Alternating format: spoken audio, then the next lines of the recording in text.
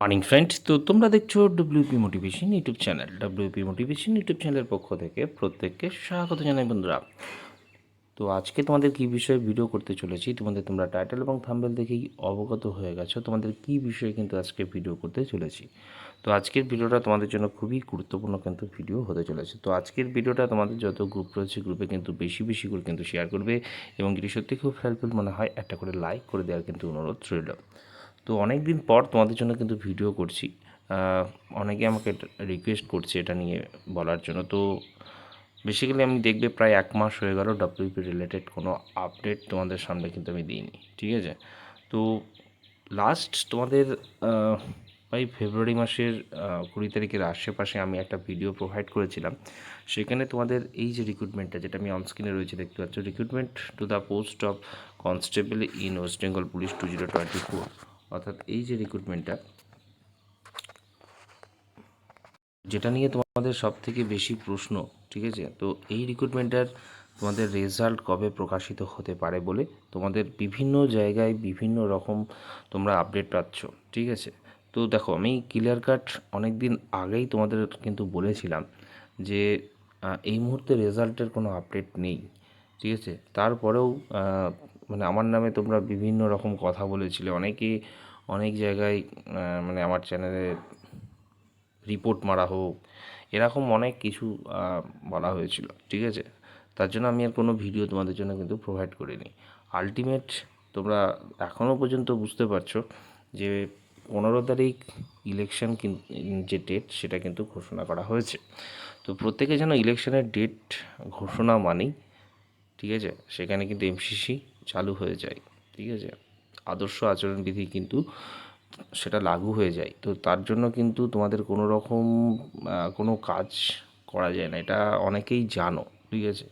তারপরেও তোমরা আশা করছো যে এই সপ্তাহে রেজাল্ট দেবে, কেউ বলছে নেক্সট উইক রেজাল্ট দেবে। তো বলে রাখি, যেগুলো তোমরা শুনতে পাচ্ছ সেগুলো সম্পূর্ণ রকম ফেক। বর্তমানে এই ডাব্লিউপি কনস্টেবল বা মানে ডাব্লিউপি রিলেটেড কোনো আপডেট এই মুহূর্তে কিন্তু নেই। এটা একদম ক্লিয়ার কাট কথা যদি বলতে বলো, ঠিক আছে। যেটুকু আমার মানে আমার ব্যক্তিগত মতামত তোমাদের বলছি আজকে, যে এই যে পিরিয়ড, অর্থাৎ বোর্ড গঠন যতক্ষণ না হচ্ছে, তোমরা জানো 4 মে কিন্তু ইলেকশনের রেজাল্ট, তারপরে বোর্ড গঠন হবে। তারপরে কিন্তু এই যে আদর্শ আচরণবিধি, সেখান থেকে কিন্তু মুক্তি পাওয়া যায়। তারপরেই রিক্রুটমেন্টের যে প্রসেস, সেটা কিন্তু শুরু হবে, ঠিক আছে। তো এই মুহূর্তে তোমাদের এই যে মানে এই মাস এবং মাঝে এপ্রিল মাস, এটাতে কোনো রকম আপডেট আসবে না, এটা একদম তোমরা ধরে রেখো, ঠিক আছে। তো অবশ্যই ক্যান্ডিডেটদের মনে হতে পারে, ক্যান্ডিডেটদের সত্যি এই মানে এই যে 2 মাস মানে কাটানো সত্যিই খুব মুশকিল। অনেক রকম টেনশন কাজ করবে, ফ্যামিলিগত অনেক প্রেশার থাকতে পারে, কিন্তু বাস্তব যেটা সেটা মেনে নেওয়াটাই বেটার, তাই না। মানে হাওয়ায় কথা বলে তোমাদের মনের মধ্যে হলো না আলটিমেট, সেটা তো ঠিক না, না।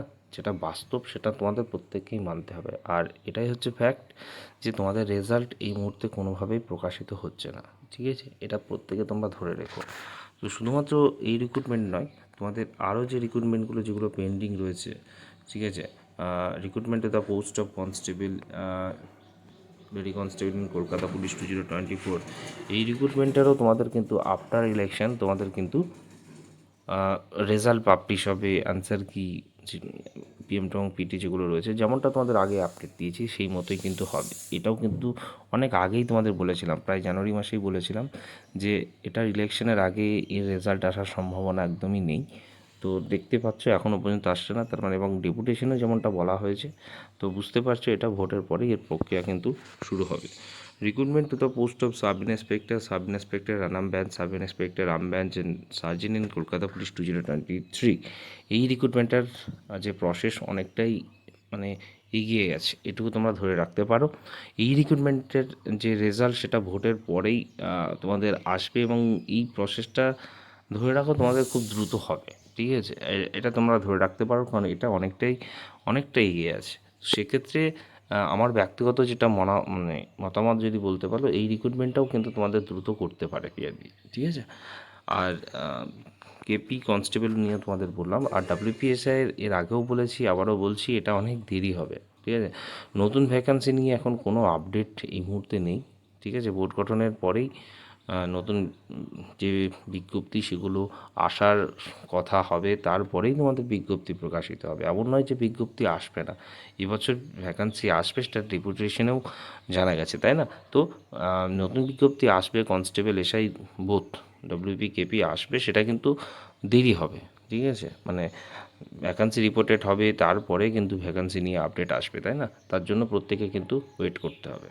তো আশা করি তোমাদের ক্লিয়ার কাট বোঝাতে পারলাম যে ভোটের আগে তোমাদের কোনো রকম রেজাল্ট কিন্তু পাবলিশ হচ্ছে না, এবং ভোটের পরেই তোমাদের যে প্রসেস সেটা শুরু হবে, তারপরে মিটিং হবে, অনেক অনেক ব্যাপার থাকে এগুলো।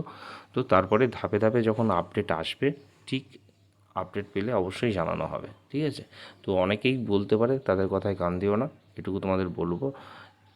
অনেক অনেক রকমভাবে আপডেট দিচ্ছে, অনেক অনেক ব্যাপার থাকে তাদের মধ্যে, হয়তো তাদের অনেক বড় সোর্স।